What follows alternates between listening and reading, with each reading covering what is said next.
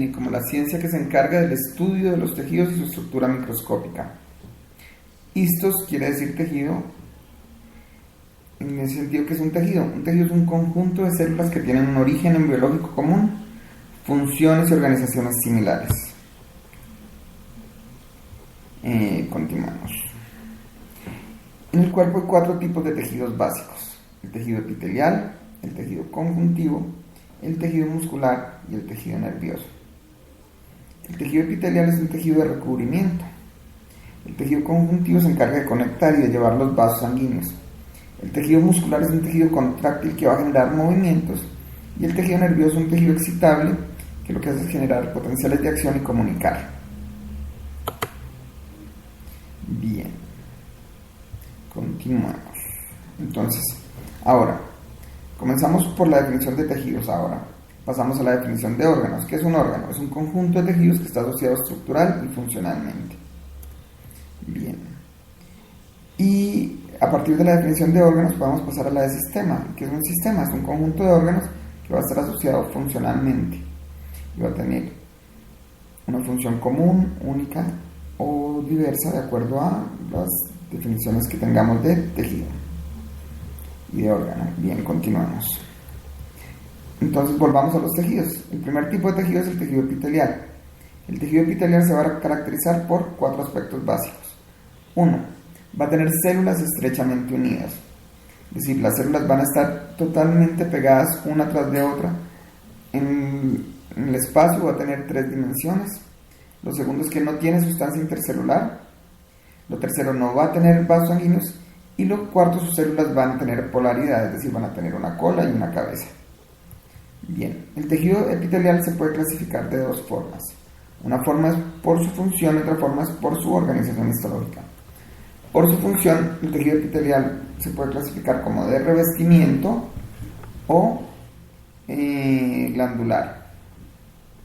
Y por su organización histológica se puede clasificar como simple, estratificado de transición. El epitelio simple es un epitelio en el cual todas sus células van a estar unidas a la membrana basal. El epitelio estratificado es un epitelio en el cual sus células no van a estar unidas una tras de otra con la membrana basal. Y el epitelio de transición es una forma especializada de epitelio que se encuentra en la vejiga. Bueno, a su vez el epitelio simple se puede dividir, de acuerdo a la forma de sus células, en plano, cúbico, cilíndrico o pseudoestratificado. Y el estratificado se puede dividir en plano, cúbico, cilíndrico, de acuerdo a la forma de sus células. Bien. Continuemos. Las células epiteliales, como son estrechamente unidas, van a tener unas formas especializadas de unión. Entonces hay unas especializaciones que son de la cara lateral, unas especializaciones que son de la cara basal y unas especializaciones de la cara apical. Las especializaciones de la cara lateral son los desmosomas, las células ocluyentes, las células adherentes y los contactos de unión. Los desmosomas son uniones puntuales que van a unir una célula con la otra en sus caras laterales. Esos van a tener una proteína que se llama la desmina y les va a permitir unirse entre sí, anclarse una célula con la otra, relacionarse con la célula de al lado. Las zónulas, en cambio, son especializaciones que abarcan toda la cara lateral de la membrana, en todas sus partes, es decir, a la derecha, a la izquierda, adelante y atrás. Estas zónulas van a tener una proteína que se llama la ocluina y su función va a ser impermeabilizar, es decir, no van a permitir que pase ningún líquido ni ninguna cosa hacia la parte de abajo de las células donde ellas están. Las células adherentes son también células, es decir, rodean a toda la cara lateral de la célula. Van a tener 2 tipos de proteínas que son las vinculinas y las caderinas, y lo que van a hacer es relacionar y mantener la unidad espacial de todas las células tridimensionalmente. Y por último están los contactos de unión. Estas son uniones estrechas que unen el citoplasma de una célula con el citoplasma de la siguiente célula. Bien. Las especializaciones de la cara basal son particularmente la membrana basal. La membrana basal es una lámina de colágeno que va a separar el epitelio del tejido conjuntivo. Bien, esta membrana basal a su vez se va a dividir en una lámina densa y en una lámina lúcida. La lámina densa y la lámina lúcida van a su vez a tener 2 partes. o mejor dicho, van a pertenecer a un subgrupo más grande que se llama la lámina basal, que va a conformar más o menos la mitad de la membrana basal, y el otro grupo se llama la lámina reticular. Estas van a estar conformadas por colágeno tipo 4. ¿Cuáles son las funciones de la membrana basal? Básicamente son sostener el epitelio, va a actuar como un filtro molecular, es decir, permite que pasen algunas sustancias y otras no. Por ejemplo, los nutrientes que vienen del tejido conjuntivo pueden pasar fácilmente al tejido epitelial a través de la membrana basal, pero otras sustancias no lo podrán hacer tan fácilmente, medicamentos o cosas así. También sirve de filtro celular, es decir, no permite el tránsito o permite el tránsito de algunas células. Esto pasa, por ejemplo, con los cánceres. Los cánceres son tejidos que son capaces de atravesar la membrana basal para invadir otros tejidos. Bien, lo mismo pasa ahí, algunas células de defensa que sí son capaces normalmente de atravesar esa membrana basal sin que se considere pues anormal. Sirve también como transporte de nutrientes y por último va a participar en la organización de los tejidos y de las células. Bien, continuemos. Las especializaciones apicales de las células epiteliales van a ser los estereocilios, las microvellosidades, las cilias y los flagelos.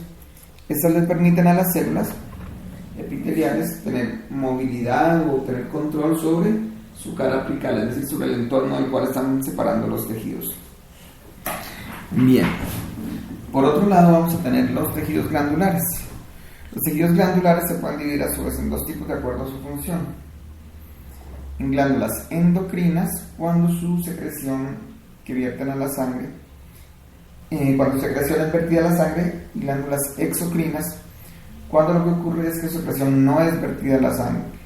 Ejemplos de glándulas endocrinas pueden ser, por ejemplo, la glándula tiroides, la glándula hipófisis, la glándula pineal, el tejido adiposo, algunas células del estómago, los islotes de Langerhans del páncreas, y ejemplos de células glándulas exocrinas pueden ser las glándulas sudoríparas, las glándulas salivales, las glándulas mamarias, las glándulas de Bartolini, las células de la mucosa gástrica que segregan ácido clorhídrico o que segregan pepsinógeno, el páncreas exocrino que va a segregar las enzimas proteolíticas, las amilasas pancreáticas y la lipasa pancreática. El hígado, cuando vierte la bilis, también es un órgano exocrino. Bien, esa es la clasificación por la función de las glándulas, pero las glándulas también se pueden clasificar por su forma histológica en tubulares, alveolares o compuestas, y estas a su vez se pueden subclasificar en simples, glomerulares o ramificadas. Bien, continuamos.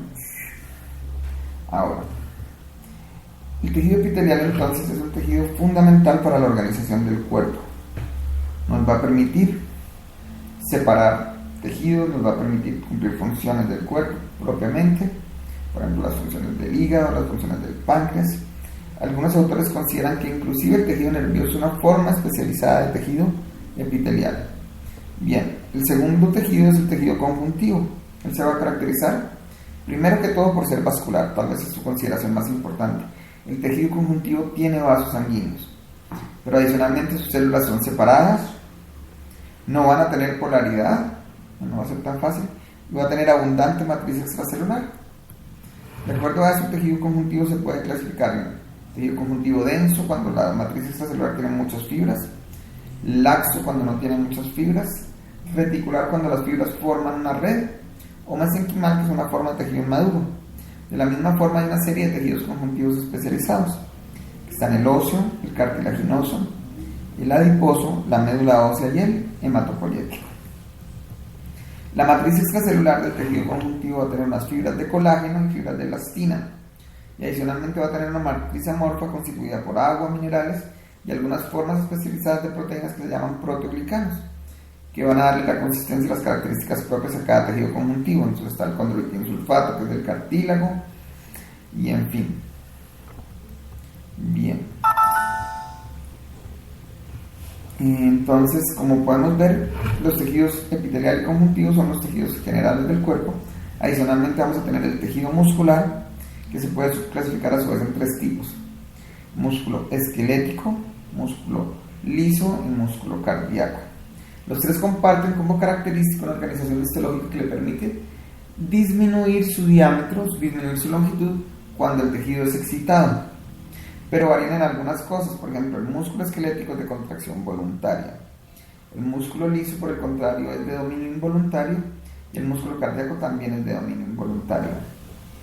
Bien, sin embargo, el músculo cardíaco y el liso se diferencian porque el músculo cardíaco es autónomo y autoexcitable, contrario al liso, que necesita una fuente externa de excitación, es decir, un impulso nervioso que lo excite. El tejido cardíaco, por el contrario, no. Y por último vamos a tener el tejido nervioso. La unidad funcional del tejido nervioso es la neurona, que son células excitables que se caracterizan por tener potencial de acción y que van a permitir comunicarse una tras otra. La organización, estructura y entender cómo funciona el tejido nervioso ya es una cosa particular y es compleja, entonces no viene al caso la generalidad de la histología.